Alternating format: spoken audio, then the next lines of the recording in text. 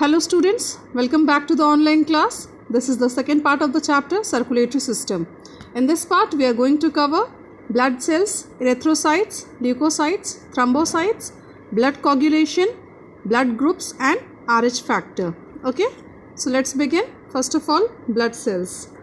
Blood cells आपके certain sales होते हैं जो कि ब्लड में प्रेजेंट होते हैं और ये पूरे ब्लड के 45% को कवर करते हैं. ठीक है, ब्लड के 45% को ये कवर करते हैं, बाकी 55% जो होता है वो प्लाज्मा कवर करता है. ओके, तो ब्लड सेल्स आपके 3 टाइप्स के होते हैं. The first is erythrocytes, the second is leukocytes and the third one is thrombocytes. Erythrocytes को हम रेड ब्लड सेल्स भी कहते हैं, ल्यूकोसाइट्स को हम वाइट ब्लड सेल्स भी कहते हैं, थ्रोम्बोसाइट्स को हम प्लेटलेट्स भी कहते हैं. Okay, now we will see each and every blood cell one by one. Okay, so first one is erythrocytes.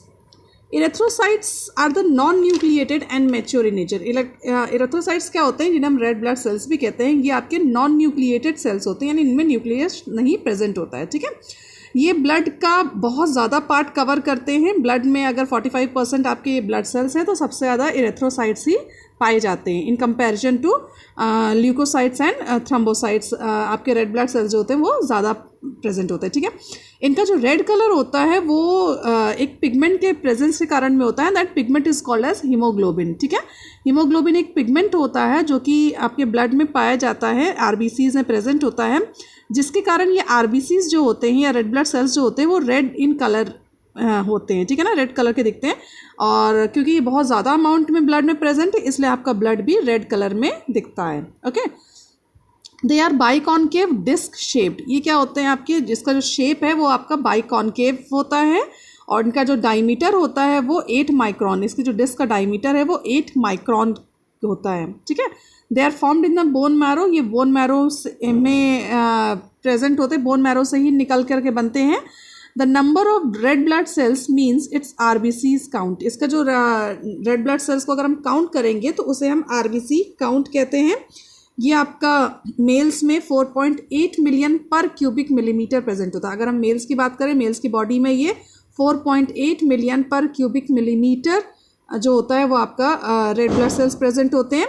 Where as in females में 5.2 मिलियन पर क्यूबिक मिलीमीटर में प्रेजेंट होता है. ठीक है, इसकी जो लाइफ स्पैन होती है 120 डेज़ की होती है. 120 डेज़ के लिए सिर्फ आपका आरबीसी जो होता है वो सर्वाइव करता है. After that it destroys in spleen. ये स्प्लीन में जाकर के डिस्ट्रॉय हो जाता है, इसीलिए स्प्लीन को ग्रेवयार्ड ऑफ आरबीसी भी कहते हैं. स्प्लीन को क्या कहते हैं हम, ग्रेवयार्ड ऑफ आरबीसी भी कहते हैं. ओके,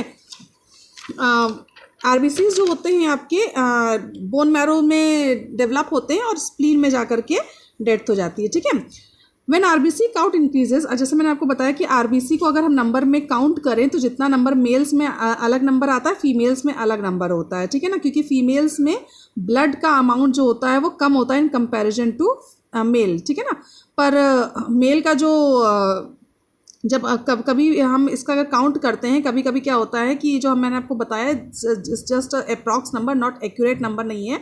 कभी कभी क्या होता है व्हेन आरबीसी, जब आरबीसीज इंक्रीज कर जाती हैं, जब हम काउंट करें और आरबीसी का काउंट अगर इंक्रीज हो गया तो this process is called as polycythaemia. इसे हम क्या कहते हैं, पॉलीसिथेमिया कहते हैं. ठीक है, तो व्हेन आरबीसी काउंट इंक्रीजेज, हम जब आरबीसी को काउंट करते हैं और वो इंक्रीज नंबर में आता है तो that is called as polycythaemia. क्यों इंक्रीज हो जाता है, जब हम बहुत ज़्यादा एक्सरसाइज करते हैं और या फिर बहुत ज़्यादा हम रनिंग कर लेते हैं तो क्या होता है, हमारे जो ब्लड होती है, हमारे ब्लड के जो सेल्स होते हैं आरबीसीज, वो बहुत बहुत फास्ट मूव करने लगते हैं. ठीक है, बहुत जल्दी मल्टीप्लाई होने लगते हैं. ठीक है, एंड फॉर दैट इस कारण क्या होता है, आरबीसी की काउंट क्या होती है वो इंक्रीज कर जाती है. ओके, और जब आरबीसी की काउंट डिक्रीज करती है तो इस मेथड को हम इरेथ्रोसिथेमिया कहते हैं या फिर एनीमिया कहते हैं. जब आरबीसी की काउंट आपकी डिक्रीज होती है, कम होती है, then it is called as erythrocythemia और एनीमिया. ठीक है, इस प्रोसेस को हम क्या कहते हैं, इरेथ्रोसिथेमिया और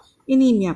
ये क्यों होता है, ड्यू टू सम डेफिशिएंसी और सम एक्सीडेंट. किसी एक्सीडेंट के कारण में आपका ब्लड बॉडी से बहुत ज़्यादा लॉस हो गया है तो बहुत सारे आरबीसीज आपके काउंट जो होते हैं वो डिक्रीज होने लगते हैं, या फिर आपके बॉडी में सर्टन कुछ डेफिशिएंसी हो गई जिसके कारण आपका ब्लड लॉस होने लगता है. ठीक है ना, तो उसके कारण में क्या होता है, आपकी इरेथ्रोसिथेमिया या एनीमिया जो होती है बॉडी में डेवलप करने लग जाती है. Okay, as I told you, haemoglobin क्या होता है? हीमोग्लोबिन के प्रेजेंस के कारण भी एक पिगमेंट होता है जो कि रेड ब्लड सेल्स में पाया जाता है। ये आपके रेड ब्लड सेल्स को रेड कलर में देता है, ठीक है। तो एक रेड ब्लड सेल में अगर हम एक सेल की बात करें, एक आरबीसी की बात करें, तो it has 200 to 280 mkb mole haemoglobin present होता है, ठीक है। कितने हीमोग्लोबिन पाए जाते हैं एक सेल में? 200 to 280 mkb मोल, इतने अमाउंट में आपके हीमोग्लोबिन जो होता है वो एक रेड ब्लड सेल में पाया जाता है, ठीक है। इसका अगर हम काउंट की बात करें तो ये आपका near about 100 millilitre of blood में HB काउंट हम करते हैं, ठीक है ना। हम किस में काउंट करते हैं? आपके 100 मिलीलीटर ब्लड में हम HB को काउंट करते हैं, ओके। HB क्या होते हैं? आपके हीमोग्लोबिन्स आर जस्ट प्रोटीन, एक तरीके का पिगमेंट होता है जो कि आपके आयरन और ग्लोबिन प्रोटीन होता है, आयरन और ग्लोबिन से मिल करके बनता है, ठीक है। तो हीमोग्लोबिन क्या चीज़ होता है? एक ऐसा पिगमेंट है जो कि आयरन और आपके ग्लोबिन, हीम मतलब आयरन होता है, ग्लोबिन मतलब प्रोटीन होता है, ठीक है। तो हीम और ग्लोबिन से मिलकर बनता है। It helps in transporting respiratory gases. इसका जो काम होता है वो ट्रांसपिरेशन ऑफ रेस्पिरेटरी गैसेस में वो हेल्प करता है, ठीक है। अगर हम इसके स्ट्रक्चर की बात करें, हीमोग्लोबिन जो होता है वो आपके 4 आयरन के जो मॉलिक्यूल्स होते हैं उससे मिलकर के बनता है। हीमोग्लोबिन जो होता है वो 4 आयरन के मॉलिक्यूल से मिलकर के आपका हीमोग्लोबिन जो होता है वो डेवलप होता है, ठीक है। So after the process of, जब हम आरबीसीज को जब प्रोड्यूस करते हैं, जब आरबीसी आपका प्रोड्यूस होता है तो the process of production of RBCs is called as erythropoiesis, okay. तो जब आरबीसीज प्रोड्यूस होते हैं आपके बोन मैरो में, तो this process is called as erythropoiesis. और जो ऑर्गन इसे प्रोड्यूस करता है, यानी जो बोन मैरो जो इसे प्रोड्यूस करता है, उसे हम कहते हैं इरेथ्रोपोइटिक ऑर्गन। क्या कहते हैं उसे? हम इरेथ्रोपोइटिक ऑर्गन कहते हैं, okay. So as I told you कि आरबीसीज आपके बोन मैरो में फॉर्म होते हैं, तो इस प्रोसेस को production of RBCs, the process of production of RBCs is called as erythropoiesis. और जो ऑर्गन इरेथ्रोपोइसिस करता है, यानी जो ऑर्गन आरबीसी को प्रोड्यूस कर रहा है, that organ is called as erythropoietic organ, okay. Clear? Erythrocytes के बारे में आपका सब चीज़ क्लियर हो गया। The next will be leucocytes, ठीक है। ल्यूकोसाइट्स को हम वाइट ब्लड सेल्स भी कहते हैं। ये आपके ब्लड में ही प्रेजेंट होते हैं। इन कंपैरिजन टू आरबीसी ये नंबर्स में कम होते हैं। दीज सेल्स आर न्यूक्लिएटेड, इनके अंदर में न्यूक्लियस प्रेजेंट होता है और इनका जो नंबर होता है वो आरबीसी के कंपैरिजन में कम होता है, ठीक है। It's life span is about 3 to 4 days। इसकी लाइफ स्पैन जो होती है वो सिर्फ 3 to 4 days की होती है। They do not have haemoglobin, so they are white in colour. क्योंकि इनके पास में हीमोग्लोबिन नहीं होता है, so they look in white colour, ठीक है। कैसे दिखते हैं? वाइट कलर में दिखते हैं। That is why they are called as white blood cells. इसलिए हम इन्हें क्या कहते हैं? वाइट ब्लड सेल्स कहते हैं, ठीक है। They are able to change their shape and are phagocytotic in nature. ये क्या होते हैं? अपना इनका कोई फिक्स शेप नहीं होता है, दो दे आर राउंड और इरेगुलर इन शेप, क्योंकि कुछ कुछ ये राउंड शेप में होते हैं, कुछ इरेगुलर में शेप में होते हैं, क्योंकि इनका कोई फिक्स शेप नहीं होता है। तो they are able to change their shape. वो क्या करते हैं? अपना जो शेप होता है वो चेंज कर लेते हैं। And are phagocytotic in nature, यानी क्या करते हैं ये? कोई भी फॉरेन पार्टिकल्स अगर आपके ब्लड में एंटर कर रहा है, तो दीज वाइट ब्लड सेल्स क्या करते हैं? अपना शेप चेंज करके उनको क्या करते हैं? उनको ग्रैब कर लेते हैं, उनको अपने अंदर में पकड़ लेते हैं और उसको क्या करते हैं? उसको ख़त्म कर देते हैं, वहीं पे उसको क्या करते हैं? डिस्ट्रॉय कर देते हैं। As you know about the, आपने जो लाइजोसोम्स देखा हुआ है, सेल में लाइजोसोम्स का काम क्या होता है? वो किसी भी तरीके के फॉरेन पार्टिकल्स को या हार्मफुल पार्टिकल्स को क्या करता है? वो डिस्ट्रॉय कर देता है, ठीक है। तो सेम वैसे ही ल्यूकोसाइट्स क्या करते हैं? अपना शेप चेंज करके उस फॉरेन पार्टिकल्स के पास जाते हैं और उसको क्या करते हैं? उसको खा जाते हैं, गॉल अप कर लेते हैं या उसको डिस्ट्रॉय कर देते हैं, ठीक है।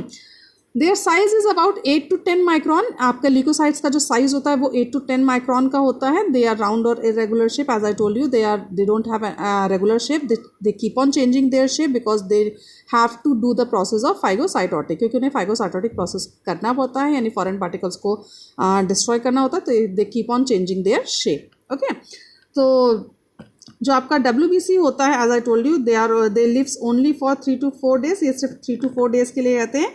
जब इसका जो फॉर्मेशन होता है WBC का जो आपका फॉर्मेशन होता है, तो the process of formation of WBC is called as leukopoiesis. इसे हम क्या कहते हैं? ल्यूकोपोएसिस कहते हैं, ठीक है। तो जो ऑर्गन इस WBC को फॉर्म करता है उसे हम कहते हैं ल्यूकोपोएटिक ऑर्गन। उसे हम क्या कहते हैं? ल्यूकोपोएटिक ऑर्गन कहते हैं, ठीक है। Again, I'm repeating, the process of formation of leukocytes is called as leukopoiesis, and the organ which is involved in the formation of WBCs are called as leukopoietic organ. Okay. जो आपके WBCs होते हैं वो आपके 2 types के होते हैं। पहला होता है आपका ग्रेनुलोसाइट्स और दूसरा होता है ए ग्रेनुलोसाइट्स। ग्रेनुलोसाइट्स क्या होता है? अच्छा, टाइप्स भी हम अगर हम ल्यूकोसाइट्स को 2 टाइप में डिवाइड कर रहे हैं तो ये on the basis of their cytoplasm, हम साइटोप्लाज्म के बेसिस पे इसको डिवाइड करते हैं। अगर साइटोप्लाज्म यानी जो आपका ल्यूकोसाइट्स के सेल्स हैं यानी जो WBC सेल्स हैं उनके साइटोप्लाज्म में अगर ग्रैनुअल्स प्रेजेंट है यानी छोटे छोटे दाने होते हैं, जो ग्रेन्स जैसे छोटे छोटे दाने होते हैं, if they are present in the cytoplasm then the cell will be called as granulocytes, उसे हम ग्रेनुलोसाइट्स कहते हैं। और अगर उनके सेल्स में वो दाने वो ग्रेन्स नहीं प्रेजेंट है then the cells will be called as agranulocytes, उन्हें हम क्या कहते हैं? ए ग्रेनुलोसाइट्स, ठीक है। तो जो डिवीजन होता है ल्यूकोसाइट्स का वो डिपेंड करता है सेल्स के साइटोप्लाज्म में। If they have the granules then it will be called as granulocytes, if they do not have the granules then the cell will be called as agranulocytes. Okay, जो आपका granulocytes होता है again 3 सब parts में divide होता है। The first one is called as eosinophils, पहले वाले को हम क्या कहते हैं? इसेनोफिल्स कहते हैं। The second one is known as basophils and the third one is called as neutrophils, ठीक है। फर्स्ट वाला क्या होता है आपका? इसेनोफिल्स होता है, second one is called as basophils and the third one is called as neutrophils, ठीक है। I will show you the diagram 1 by 1 कैसा होता है आपका। अगर हम बात करें इसेनोफिल्स की, इसेनोफिल्स के जो स्ट्रक्चर होता है this will be the cell. इसके अंदर में छोटे छोटे ग्रैनुअल्स होंगे आपके, क्योंकि ये ग्रैनुलोसाइट्स है तो साइटोप्लाज्म में क्या होगा? छोटे छोटे ग्रैनुअल्स होंगे। इसका जो न्यूक्लियस होता है वो क्या होता है आपका जो ये इसेनोफिल्स का जो न्यूक्लियस होता है वो आपका बाइलोब्ड होता है। कैसा होता है? बाइलोब्ड।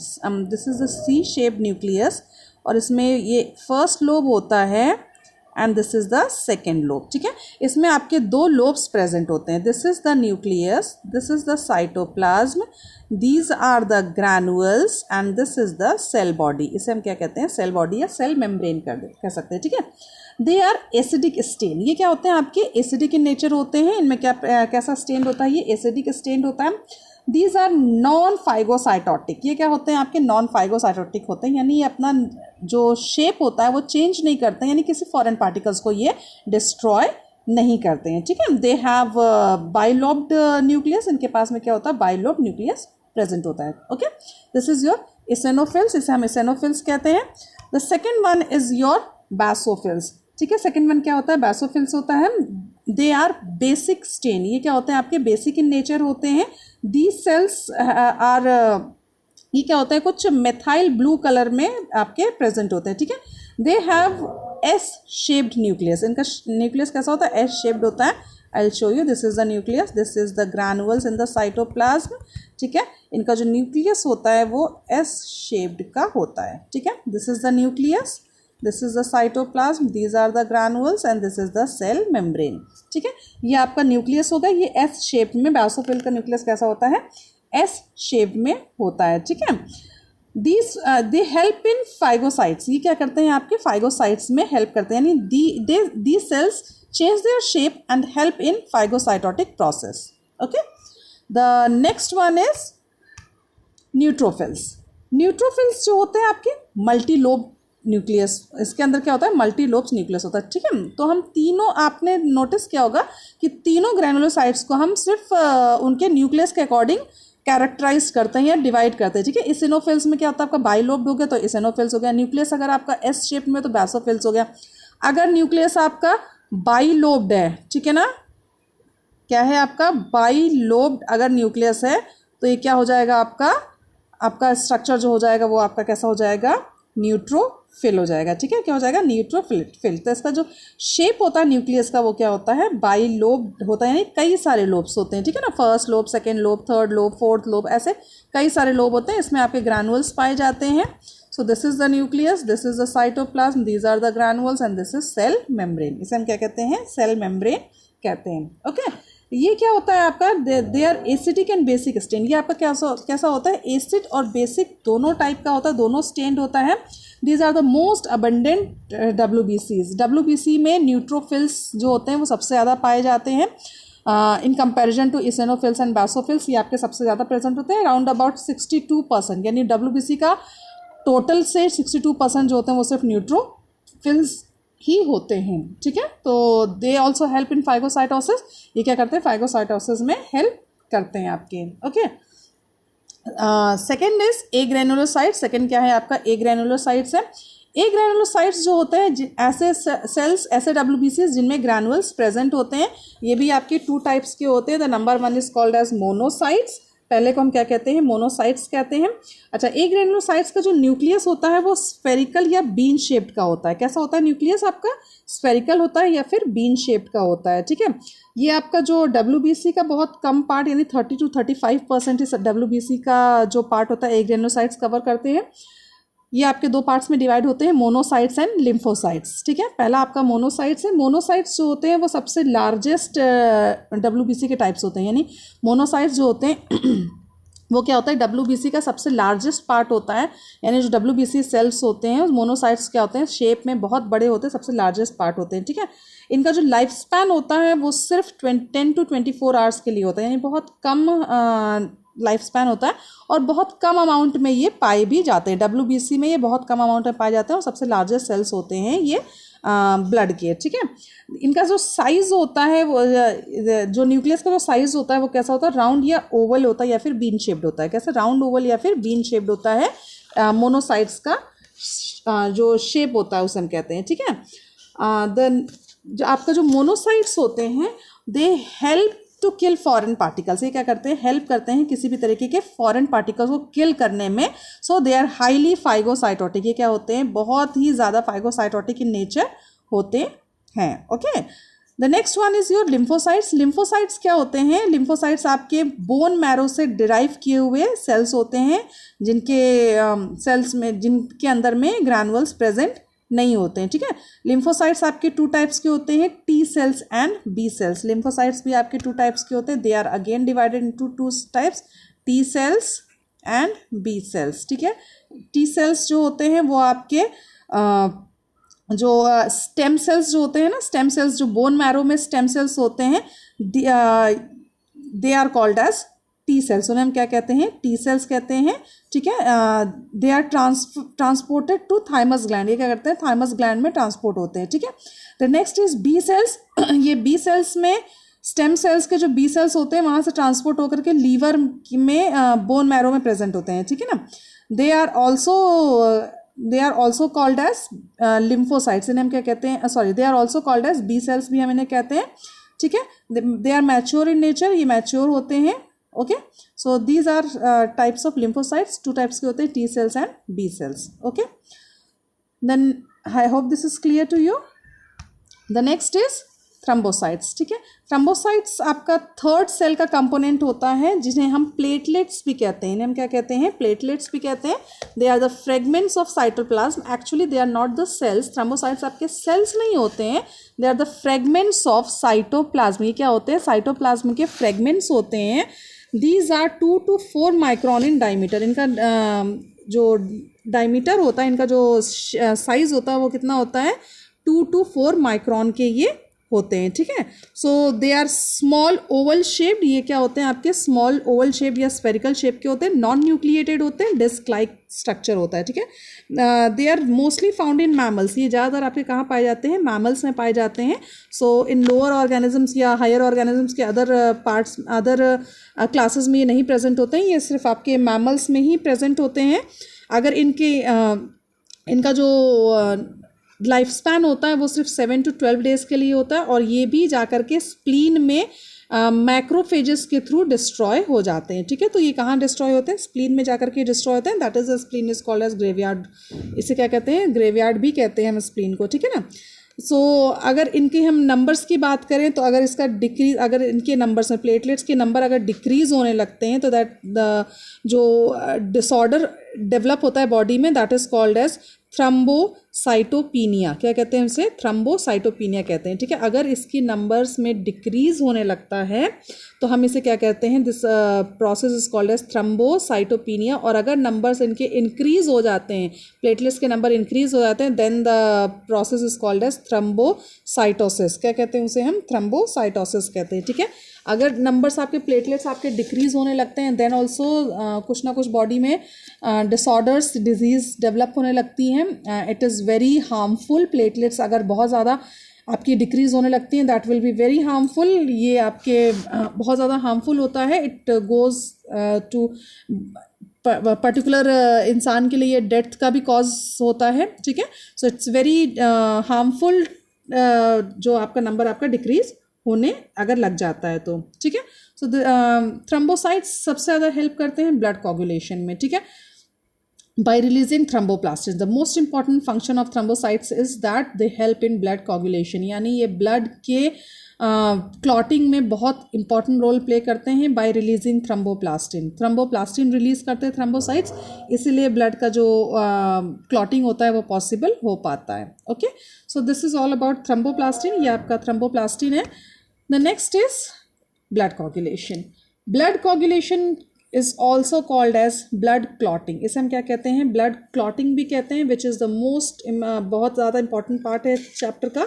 तो ब्लड क्लॉटिंग में एक्चुअली होता क्या है? As you can see in the diagram, आप डायग्राम में देख सकते हैं, कहीं भी अगर हमें चोट लगी, सपोज किसी पार्ट में हमें कट लगा हुआ है, वुंड है, उस जगह से ब्लड ऊज आउट हो रहा है, ठीक है ना।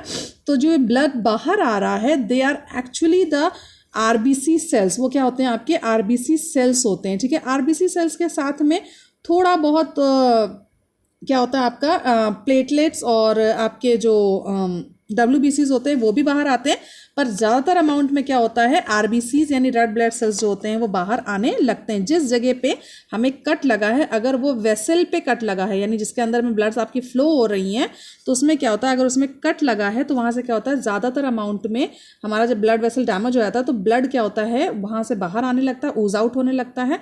एंड वो ब्लड एक्चुअल में क्या होते हैं? आपके रेड ब्लड सेल्स ही होते हैं जो कि उस जगह से बाहर आने लगते हैं, ठीक है। तो क्या होता है कि हमारे ब्लड में, अब ब्लड सेल्स, ब्लड में हमारे रेड ब्लड सेल्स के साथ में प्लेटलेट्स भी प्रेजेंट है, ठीक है। तो वो प्लेटलेट्स क्या करती हैं? रिलीज करती है एक सब्सटेंस जिसे हम कहते हैं थ्रम्बोप्लास्टिन, ठीक है ना। ब्लड प्लेटलेट्स क्या करती हैं? सब्सटेंस रिलीज करती हैं जिसे हम थ्रम्बोप्लास्टिन कहते हैं, ठीक है। वो थ्रम्बोप्लास्टिन कैल्शियम आयन के साथ में ऐड होकर के, यानी उस थ्रम्बोप्लास्टिन में कैल्शियम आयन जो कि ऑलरेडी हमारे ब्लड में प्रेजेंट, यानी हमारी बॉडी में प्रेजेंट होता है, वो कैल्शियम आयन के साथ में मिल करके, और प्रोथ्रॉम्बिन भी एक आपका प्रोटीन होता है। अब मैंने आपको पहले ही बताया कि प्लाज्मा का प्रोटीन होता है प्रोथ्रॉम्बिन। क्या होता है आपका? प्लाज्मा का प्रोटीन क्या होता है? प्रोथ्रॉम्बिन होता है, ठीक है ना। प्रोथ्रॉम्बिन जो कि प्लाज्मा का प्रोटीन होता है वो भी ऑलरेडी आपके ब्लड में प्रेजेंट है। भाई वेसल में तो आपका ब्लड के साथ में आपका प्लाज्मा भी प्रेजेंट है और आरबीसीज भी प्रेजेंट है, प्लेटलेट्स भी प्रेजेंट है, ठीक है। तो आरबीसीज क्या होता है? बहुत ज़्यादा अमाउंट में जैसे चोट लगती है बाहर आना शुरू हो जाते हैं, ठीक है। तो जैसे ही बाहर आने लगते हैं आरबीसीज, तो आपका क्या होता है? जब ज़्यादा अमाउंट में, तो ब्लड प्लेटलेट्स यानी ब्लड प्लेटलेट्स क्या करती हैं? एक सब्सटेंस रिलीज करती हैं जिसे हम कहते हैं थ्रम्बोप्लास्टिन। क्या कहते हैं? थ्रम्बोप्लास्टिन कहते हैं, ठीक है। ये थ्रम्बोप्लास्टिन कैल्शियम आयन के साथ में मिल करके, प्लस साथ में प्रोथ्रॉम्बिन के साथ मिल करके, जो ऑलरेडी ब्लड में प्रेजेंट है, प्रोथ्रॉम्बिन ब्लड में प्रेजेंट है, कैल्शियम आयन हमारा प्रेजेंट है, ठीक है ना। ये तीनों मिलकर के क्या बनाते हैं? थ्रोम्बिन बनाते हैं। क्या बनाते हैं? थ्रोम्बिन बनाते हैं, ठीक है। क्या बनाते हैं? थ्रोम्बिन डेवलप हो गया, ठीक है। सो कैल्शियम, यानी यू कैन सी हियर, ये एक फ्लो चार्ट दिया हुआ है। Calcium ions are present, prothromboplastin initiates the conversion of prothrombin to thrombin. ये क्या करते हैं? कैल्शियम आयन जो प्रेजेंट होता है तो थ्रम्बोप्लास्टिन प्रोथ्रोम्बिन के साथ मिलकर के एक जो एंजाइम बना रहे हैं, जो प्रोटीन बना रहे हैं, that is called as thrombin, ठीक है। अब थ्रोम्बिन के साथ में फिब्रिनोजेन प्रोटीन, कौन सा?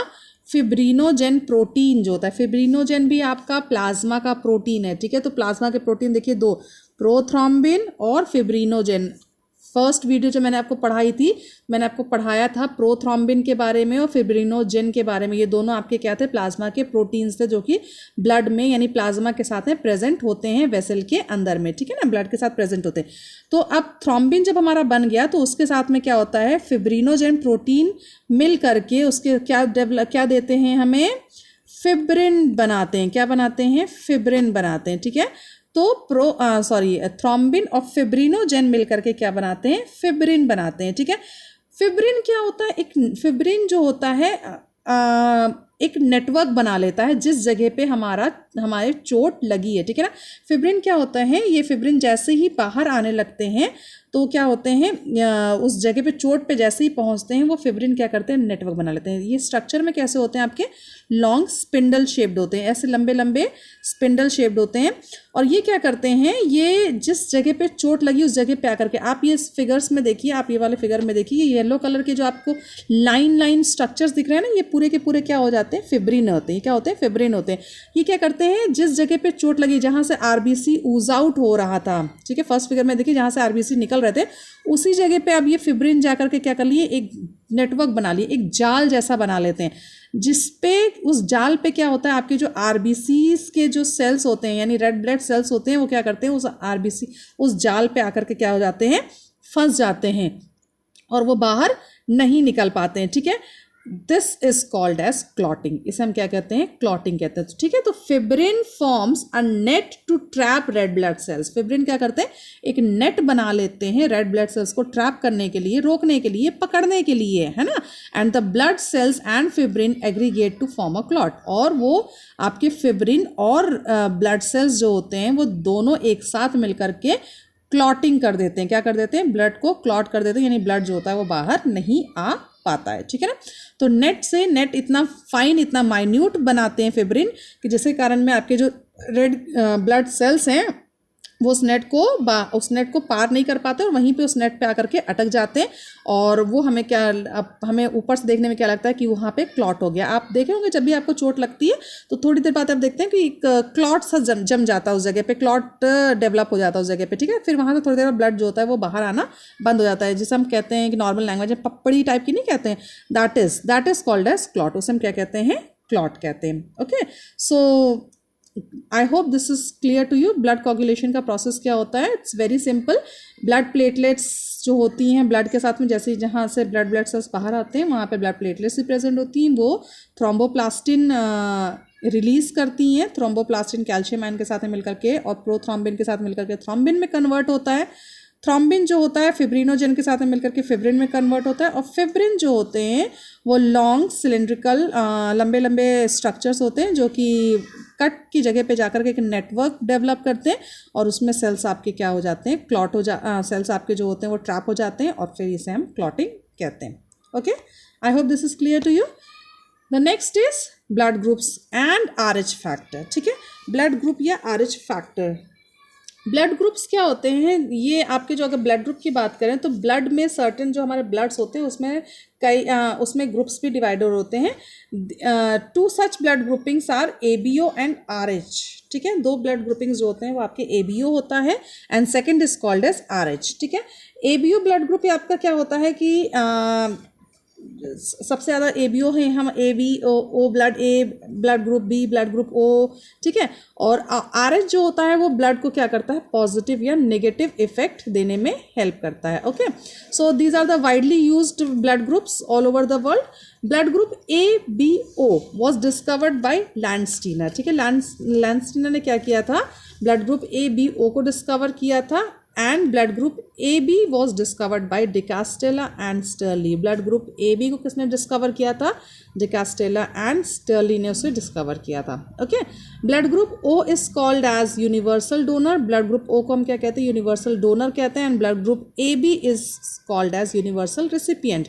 ब्लड ग्रुप AB को क्या होता है, ब्लड ग्रुप AB जो होता है वो आपका यूनिवर्सल रिसिपिएंट होता है। तो ब्लड ग्रुप O जो होता है वो किसी को भी ब्लड दे सकता है, ठीक है।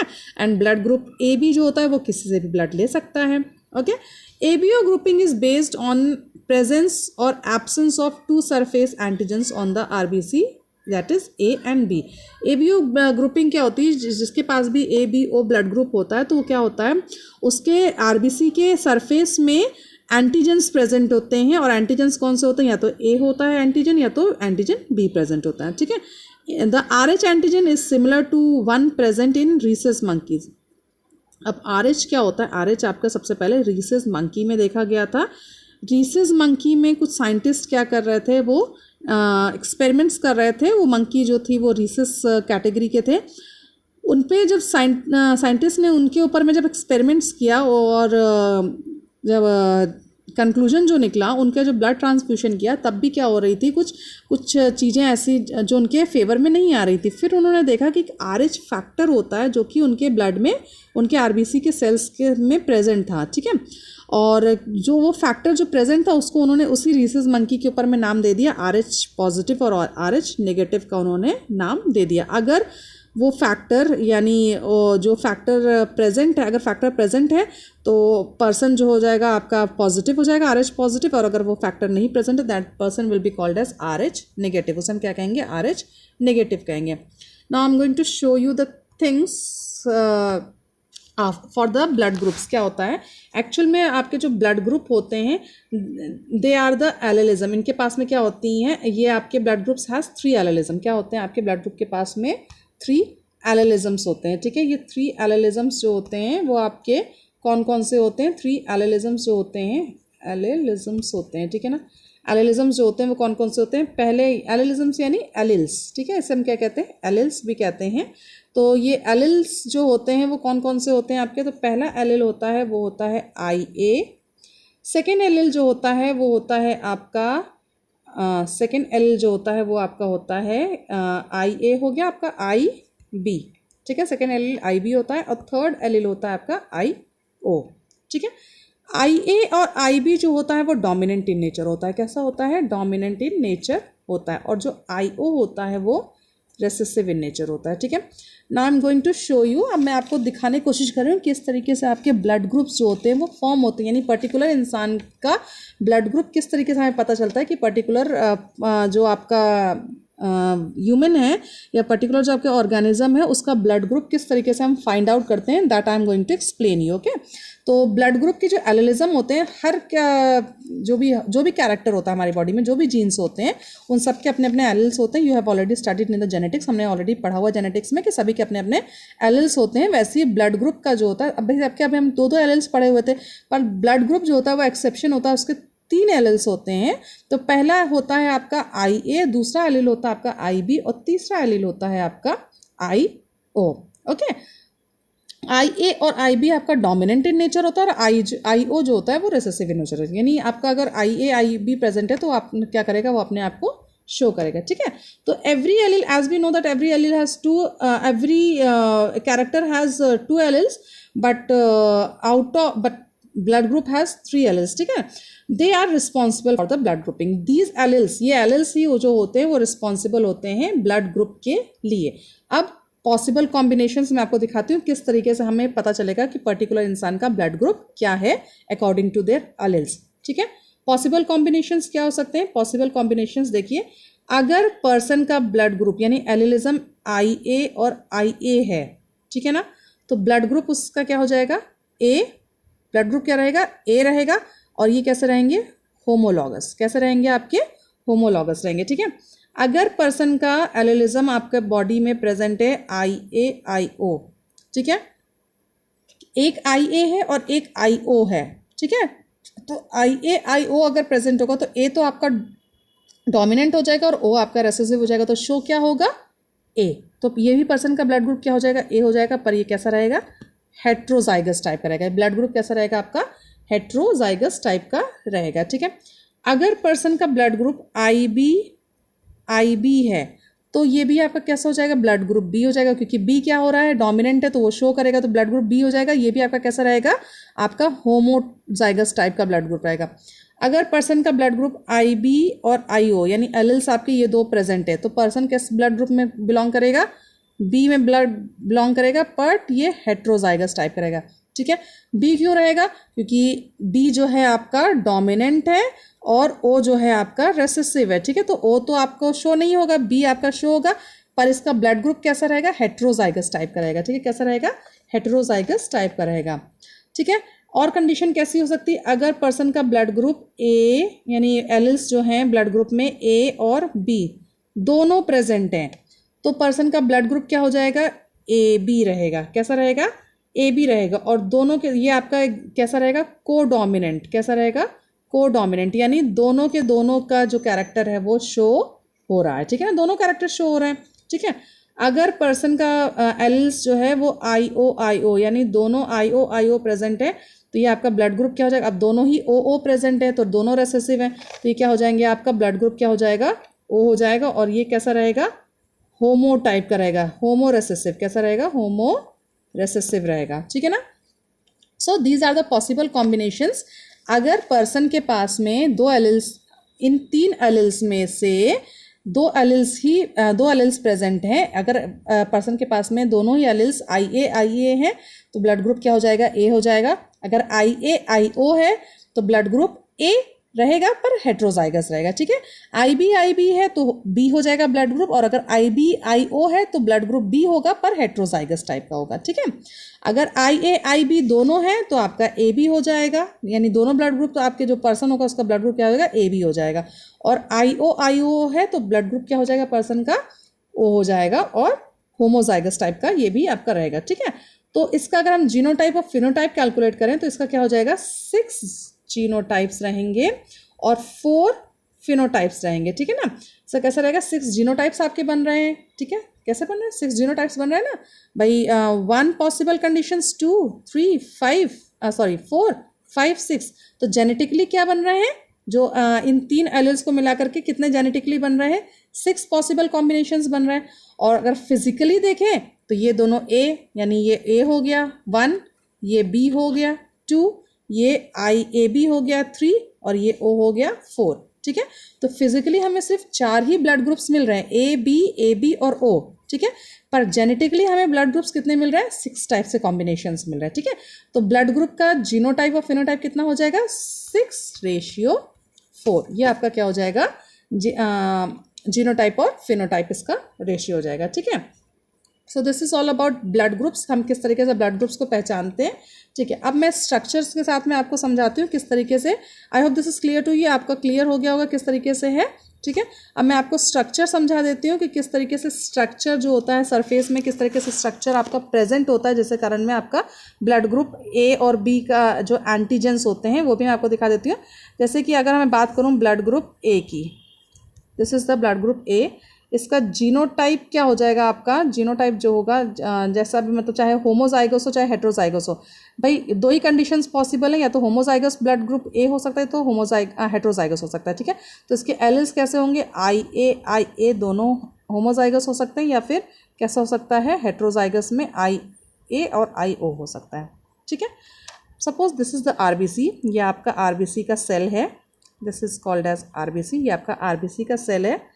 दिस इज द एंटीजन, ये क्या है? एंटीजन ए इसके सरफेस में प्रेजेंट है, ठीक है ना। एंटीजन ए प्रेजेंट है, दिस इज प्रोटीन, इसे क्या कहते हैं हम? एंटीजन ए को क्या कहते हैं?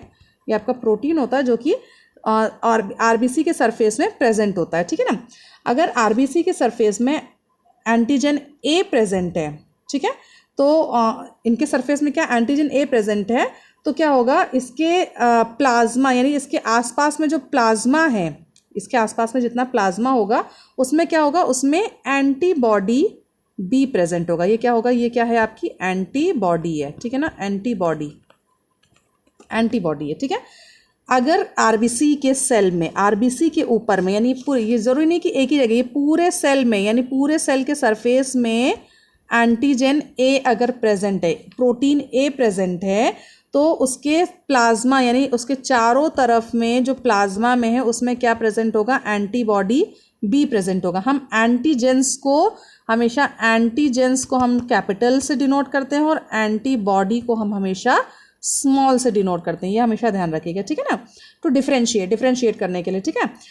और अगर if the blood group B will come then antibody B will destroy, इसमें क्या होता है कि इसके चारों तरफ के आसपास में क्या होगा?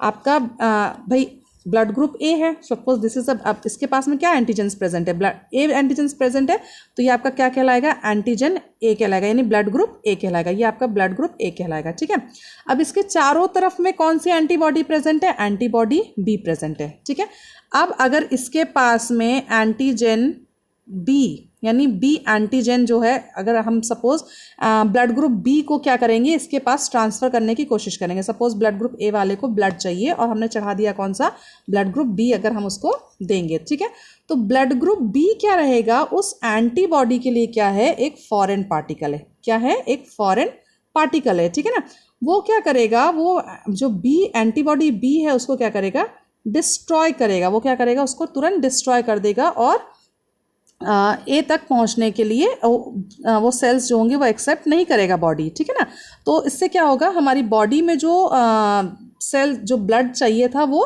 वैसे ही वो क्या, इन दोनों के बीच में क्या होगा, वो कमी हो जाएगी। ठीक है ना, और जब ब्लड ही नहीं मिलेगा तो इंसान की क्या हो जाएगी, वो डेथ हो जाएगी। ठीक है, तो जब कभी भी ब्लड ग्रुप ए वाले को आप दूसरा ब्लड ग्रुप ट्रांसफ़र करने की कोशिश करते हैं तो उसके प्लाज्मा में जो एंटीबॉडीज़ प्रेजेंट होते हैं वो क्या करते हैं, दूसरे एंटीजन यानी दूसरे ब्लड ग्रुप वाले एंटीजन्स को, सेल्स को एक्सेप्ट नहीं करता है। वो क्या करता है, उनको डिस्ट्रॉय कर देता है। क्यों, क्योंकि वो सिर्फ जानता है ए को, किसको जानता है, अपने ही एंटीजन को वो जानता है। ठीक है ना, तो एंटीजन जो होगा वो क्या करेगा, दूसरे एंटीबॉडी जो है वो दूसरे एंटीजन को एक्सेप्ट नहीं करेगा और इसलिए वो क्या करता है, उसको डिस्ट्रॉय कर देता है। ठीक है, तो एंटीबॉडी क्या होते हैं, आपके नेचुरल डिफेंस सिस्टम होते हैं आपकी बॉडी के। ठीक है, अब ये क्या होता है एक्चुअली में, एंटीबॉडी और एंटीजन से एक दूसरे के एंटी होते हैं। ये दोनों एक दूसरे को बिल्कुल भी एक्सेप्ट नहीं करते हैं। दोनों की, आप कह सकते हैं कि दोनों की बहुत बड़ी दुश्मनी होती है। ठीक है ना,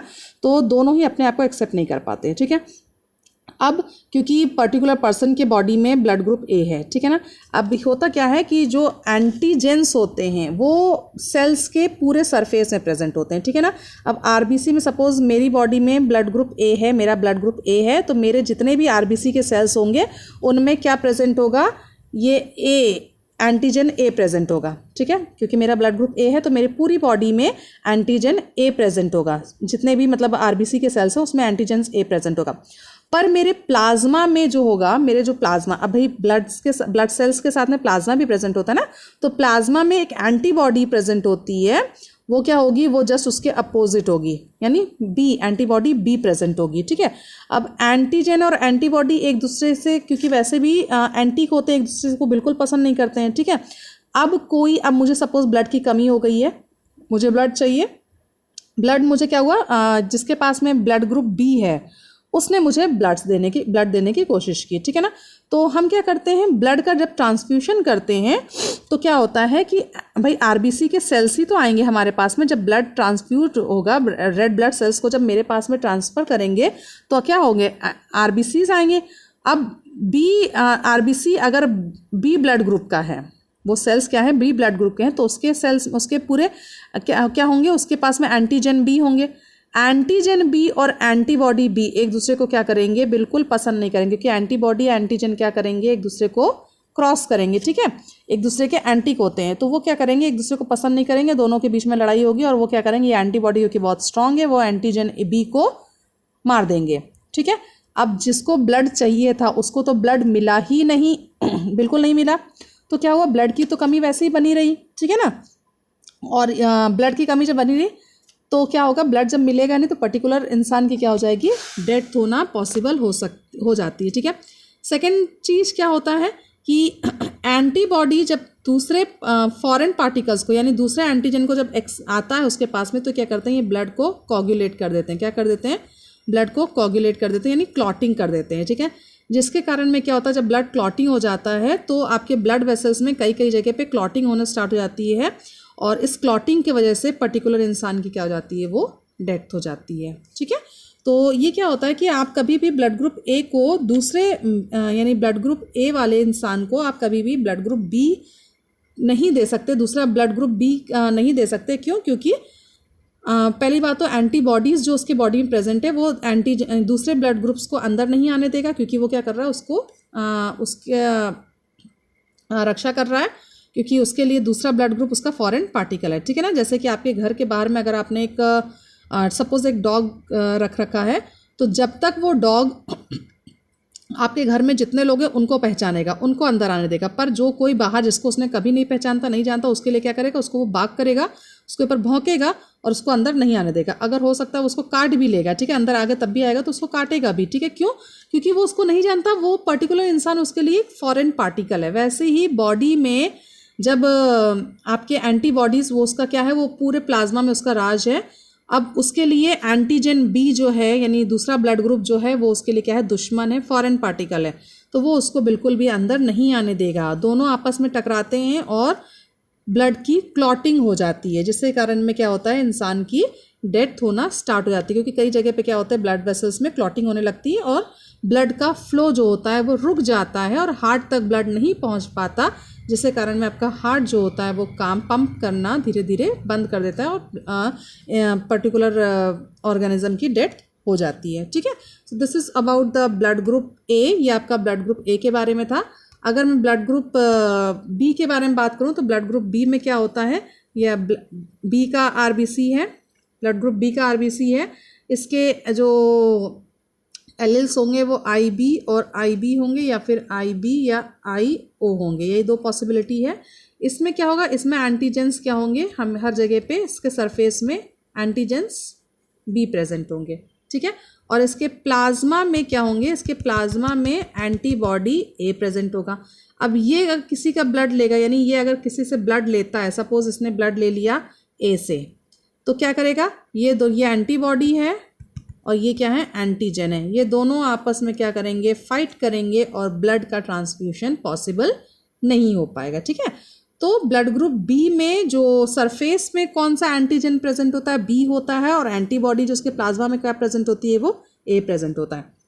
अगर हम ब्लड ग्रुप ए बी के लिए बात करें तो उसके सेल्स में, उसके आरबीसीज में सरफेस में क्या होता है, एंटीजन ए भी प्रेजेंट होता है, एंटीजन बी भी प्रेजेंट होता है। पर क्योंकि दोनों एंटीजन, इसके पास में क्या, दोनों एंटीजन प्रेजेंट है, पर प्लाज्मा में इसके कोई भी एंटीबॉडी प्रेजेंट नहीं होता, ठीक है। इसके पास में प्लाज्मा में कोई भी एंटीबॉडी प्रेजेंट नहीं होता है, इसीलिए ये क्या करता है, किसी से भी ब्लड ले लेता है, ठीक है। क्योंकि कोई एंटीबॉडी ही नहीं प्रेजेंट है तो इसको प्रोटेक्ट कौन करेगा, कोई इसको प्रोटेक्ट नहीं कर रहा है, ठीक है। तो ये क्या करता है, किसी से भी ब्लड ले लेता है, ठीक है। इसको ब्लड ग्रुप ए भी दे सकता है, इसको ब्लड ग्रुप बी भी दे सकता है, इसको ब्लड ग्रुप ओ भी दे सकता है, इसको ए बी भी दे सकता है, कोई भी इसको ब्लड ग्रुप दे सकता है। क्यों? क्योंकि इसके पास में कोई एंटीबॉडी नहीं है, कोई इसको प्रोटेक्शन नहीं कर रहा। तो अब हमारे घर के बारे में कोई प्रोटेक्शन नहीं है, कोई सिक्योरिटी नहीं है, तो जिसकी मर्जी वो घर के अंदर घुस जाएगा, ओके। तो वैसे ही ए बी ब्लड ग्रुप वाले के पास में कोई भी प्रोटेक्शन नहीं होता है, कोई भी एंटीबॉडीज नहीं होते, तो कोई भी ब्लड उसको ईजिली दे देता है, okay. So this is about A B. The next is O. अगर हम ब्लड ग्रुप ओ की बात करें, ब्लड ग्रुप ओ की बात करें तो इसमें क्या होता है, इसके पॉसिबिलिटीज आई ओ है। तो इसमें क्या होता है, इसके पास में सेल में कोई भी एंटीजेंस नहीं प्रेजेंट होते हैं, क्योंकि ये क्या होता है, ये वैसे भी रेसेसिव इन नेचर होता है, ठीक है। क्योंकि रेसेसिव नेचर है तो ये अपने आप को शो नहीं करता, तो इसके पास में कोई भी एंटीजेंस प्रेजेंट नहीं होते। पर एंटीबॉडी जो होती है, इसकी जो प्लाज्मा में एंटीबॉडीज हैं वो क्या होती हैं, वो ए एंड बी दोनों एंटीबॉडीज प्रेजेंट होती हैं। कौन सी दोनों एंटीबॉडीज प्रेजेंट होती हैं। अब क्योंकि दोनों एंटीबॉडीज प्रेजेंट है तो ये किसी भी ब्लड ग्रुप को आने नहीं देती है, ना तो ए आ सकता है, ना तो बी आ सकता है, ना तो ओ आ सकता है, ना ही ए बी, अच्छा ओ तो क्योंकि सेम ही रहेगा तो ना ही ओ आ सकता है, ठीक है ना। ए बी आ सकता है। इसलिए ये क्या करते हैं कि किसी भी तरीके का ब्लड ग्रुप जो होता है वो इसके पास में आने नहीं देता है, फॉरेन पार्टिकल्स को इसके पास में नहीं आने देता।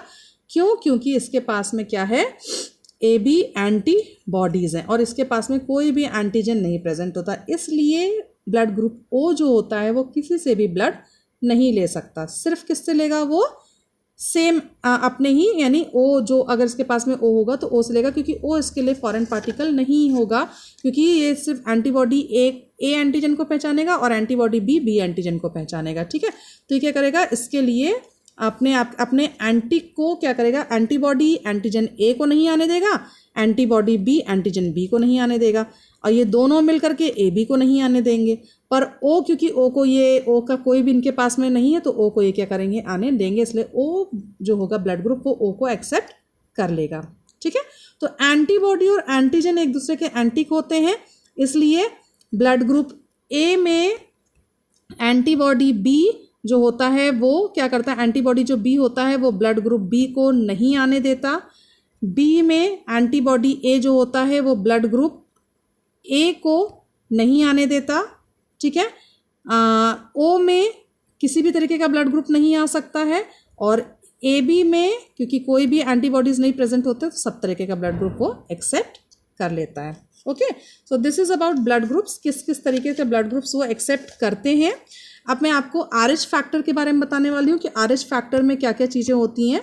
तो आरएच फैक्टर मैंने जैसा आपको पहले ही बताया कि it was discovered by Decastello and Sturli. Decastello and Sturli ने इसको डिस्कवर किया था। ये सबसे पहले रीसस मंकी के ऊपर में रिसर्च करके पाया गया था। रीसस मंकी के ऊपर में रिसर्च चल रही थी और उन्होंने देखा कि जब वो सेम ब्लड ग्रुप को ट्रांसफ्यूज कर रहे हैं, यानी ए ब्लड ग्रुप वाले को ए ही दे रहे हैं, तब भी डेथ पॉसिबल हो रही हैं। क्यों ऐसा हो रहा है? क्योंकि उनके बॉडी में सर्टेन एक, यानी उनके जो सेल्स थे, आरबीसी के सेल्स थे, उसके जैसे सपोज ये आरबीसी का सेल है और ये ए ब्लड ग्रुप है, इसके साथ में ए तो एंटीजन प्रेजेंट था, एक फैक्टर और प्रेजेंट था जो कि डी के नाम से था। किसके नाम से था? एक और फैक्टर प्रेजेंट था जो जिसकी जीन थी, जिसकी जीन क्या थी? वो डी थी। क्या थी जीन उसकी? डी थी, कैपिटल डी थी। एंड इट वाज प्रोड्यूस्ड, इसका जो आपके जो एलिल्स थे वो क्या थे? आपके आईडी ये, या फिर आपके कैपिटल डी और स्मॉल डी, ये आपके क्या होते हैं? ये आपके यानी होमोजाइगस और हेट्रोजाइगस टाइप के थे। ठीक है, तो इस तरीके का आपका ये एलिल्स प्रेजेंट था। ठीक है, तो एक और एंटीजन कौन सा प्रेजेंट था उसके पास में? डी प्रेजेंट था।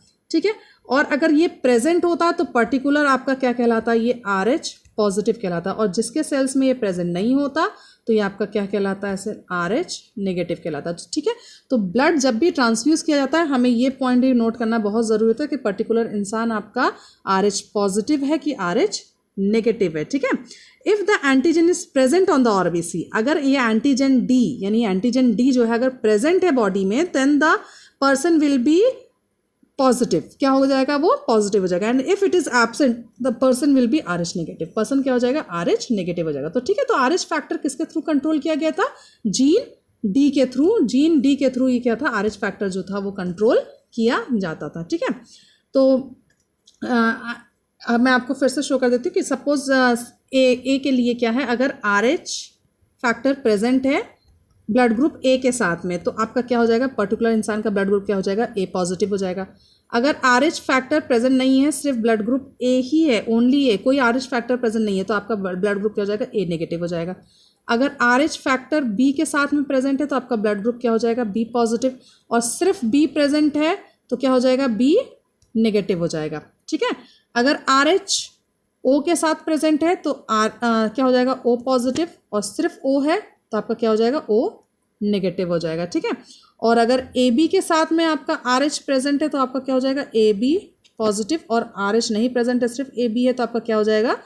ए बी नेगेटिव। ये क्या हो जाएगा? आपका ए बी नेगेटिव हो जाएगा। ठीक है, सो RH जो होगा, RH फैक्टर ही बहुत इंपॉर्टेंट रोल प्ले करता है, हमें देखना पड़ता है। तो हमें पॉजिटिव के पास में हमें सिर्फ पॉजिटिव ही वो, क्योंकि एंटीजेंस और एंटीबॉडी फाइट करेंगे तो हमें क्या होगा? RH पॉजिटिव, यानी जो पॉजिटिव के पास हमें पॉजिटिव ब्लड ग्रुप ही डोनेट ट्रांसफर करना पड़ेगा। ठीक है, for example if a person is having blood group O positive, अगर एक पर्सन के पास में ब्लड ग्रुप O पॉजिटिव है, then he has on his RBC, उसके पास में RBC में जो होगा, उसके जो RBC है उसके पास में सरफेस में क्या हो जाएगा? भाई कोई एंटीजेंस नहीं प्रेजेंट होंगे। ठीक है ना, कोई no antigen AB but no antigen AB but antigen RH is present. ठीक है ना, कोई आई विल शो यू, मैं आपको दिखाती हूँ। सपोज इज अ पर्सन कि O ब्लड ग्रुप O है, उसके पास में कोई भी एंटीजन, अब ये क्या है? आपका ब्लड ग्रुप O है, इसका क्या है? ब्लड ग्रुप O है। ठीक है, अब इसमें क्या है? एक RH प्रेजेंट है। ठीक है, RH फैक्टर प्रेजेंट है, तो ये आपका ब्लड ग्रुप कैसा हो जाएगा? पॉजिटिव हो जाएगा। अभी मैंने आपको बताया ना कि अगर O के साथ में RH प्रेजेंट है तो आपका ब्लड ग्रुप कैसा हो जाएगा? O पॉजिटिव हो जाएगा। ठीक है, अब हमें ये तो पता है कि O में क्या होता है? O में कोई भी एंटीजेंस नहीं होते, पर एंटीबॉडी A और B दोनों होते हैं। ठीक है, O में क्या होता है? कोई भी एंटीजेंस प्रेजेंट नहीं होते हैं, पर एंटीबॉडी जो ए और बी दोनों प्रेजेंट होते हैं। अब इसमें क्या है, एंटीजेंस तो कोई नहीं प्रेजेंट है, पर एंटीबॉडी प्रेजेंट है इसके प्लाज्मा में, एंटीबॉडीज प्रेजेंट है, और एक एंटीजन प्रेजेंट है जिसे हम RH कह रहे हैं। ठीक है, RH प्रेजेंट। तो ये क्या हो जाएगा आपका O पॉजिटिव कहलाएगा। कैसा कहलाएगा? O पॉजिटिव कहलाएगा। और अगर O नेगेटिव में क्या होगा? O नेगेटिव के लिए, O नेगेटिव में आपका जैसे यहाँ पे O नेगेटिव में O के पास में ये O फैक्टर एंटीजन प्रेजेंट है, और इसके प्लाज्मा में इसके पास में कोई भी RH नहीं है। ठीक है, और इसके में AB है, तो ये आपका क्या कहलाएगा? O नेगेटिव हो जाएगा। क्या हो जाएगा आपका? O negative. ठीक है, तो no antigens no RH also, तो ये आपका क्या कहलाता है? अब क्योंकि इसके पास में कोई एंटीजेंस नहीं, सॉरी ये दिस इज ये आपका एंटीजन, इसमें अब सब क्या हो जाएगा आपका? एंटीजन नहीं प्रेजेंट है, तो आपका क्या कहलाएगा? O नेगेटिव कहलाएगा। आपका क्या कहलाएगा? ये O नेगेटिव कहलाएगा। ठीक है ना। अब हम O नेगेटिव को क्या कहते हैं? ये आपका यूनिवर्सल डोनर कहलाता है। क्या कहलाता है? Universal donor. O नेगेटिव आपका क्या कहलाता है? यूनिवर्सल डोनर कहलाता है। क्यों? क्योंकि इसके पास में किसी भी तरीके का एंटीजन प्रेजेंट नहीं है। ठीक है ना। जब एंटीजन नहीं प्रेजेंट है तो ये क्या करता है? किसी को भी ब्लड डोनेट कर सकता है। ठीक है, पर किसी से भी ब्लड ले नहीं सकता। ठीक है भाई, RH फैक्टर प्रेजेंट है तो वो RH फैक्टर जिसके पास प्रेजेंट होगा उसी से लेगा। ठीक है ना। सॉरी, RH फैक्टर प्रेजेंट नहीं है तो RH फैक्टर जिसके पास में प्रेजेंट नहीं होगा उसी से लेगा। ठीक है ना। पर ये क्या कर सकता है? किसी को भी ब्लड डोनेट कर सकता है। ठीक है। If a person has AB positive, अगर पर्सन आपका AB पॉजिटिव है, ठीक है, देन उसके पास में क्या होगा? उसके सरफेस में क्या होगा? एंटीजन A भी प्रेजेंट होगा, एंटीजन B भी प्रेजेंट होगा, और RH फैक्टर भी प्रेजेंट होगा। यही होगा ना, RH AB पॉजिटिव होगा। देन इट हैज़ एंटीजन, उसके पास एंटीजन A भी प्रेजेंट है, B भी प्रेजेंट है, RH भी प्रेजेंट है। ठीक है, तो ये क्या करेगा? किसी से भी ब्लड ले सकता है। ये क्या करेगा? किसी से भी ब्लड ले सकता है। A से भी ले सकता है, B से भी ले सकता है, A पॉजिटिव से भी ले सकता है, B पॉजिटिव से भी ले सकता है। क्यों? क्योंकि RH प्रेजेंट है। ठीक है, तो ये क्या कर सकता है? किसी से भी ब्लड को ये रिसीव कर सकता है। इसीलिए हम AB पॉजिटिव को क्या कहते हैं? यूनिवर्सल रेसिपिएंट कहते हैं। क्या कहते हैं? यूनिवर्सल रेसिपिएंट कहते हैं। Okay, so O negative is known as universal donor, वो किसी को ब्लड डोनेट कर सकता है। And AB positive is called as universal recipient. इसे हम क्या कहते हैं? यूनिवर्सल रेसिपिएंट कहते हैं। ठीक है, AB नेगेटिव के पास में किसी भी तरीके का कोई RH फैक्टर प्रेजेंट नहीं है, तो ये क्या करेगा? सो ये सिर्फ A या B ब्लड ग्रुप वालों से ही रिसीव कर सकता है, बाकी जिसके पास में RH फैक्टर प्रेजेंट होगा उनसे ये रिसीव नहीं कर पाएगा। तो ठीक है, तो ये क्या करेगा? सिर्फ AB नेगेटिव वालों से ही ब्लड ग्रुप को एक्सेप्ट करेगा। Okay, I hope this blood group is clear to you. Blood group का कॉन्सेप्ट क्या आपको क्लियर हो गया होगा? किस तरीके से हम ब्लड ग्रुप को पहचानते हैं कि पर्टिकुलर इंसान का ब्लड ग्रुप क्या है। RH फैक्टर कैसा होता है? अगर RH फैक्टर प्रेजेंट है ब्लड ग्रुप के साथ में तो वो पॉजिटिव हो जाएगा, और RH फैक्टर ब्लड ग्रुप के साथ नहीं प्रेजेंट तो पर्टिकुलर इंसान क्या हो जाएगा? नेगेटिव हो जाएगा। Okay, so this was all about the blood groups and RH factor for this video, this much only. And the next videos we are going to cover the structure of heart and lymph system. Till now this much. Thank you. God bless you.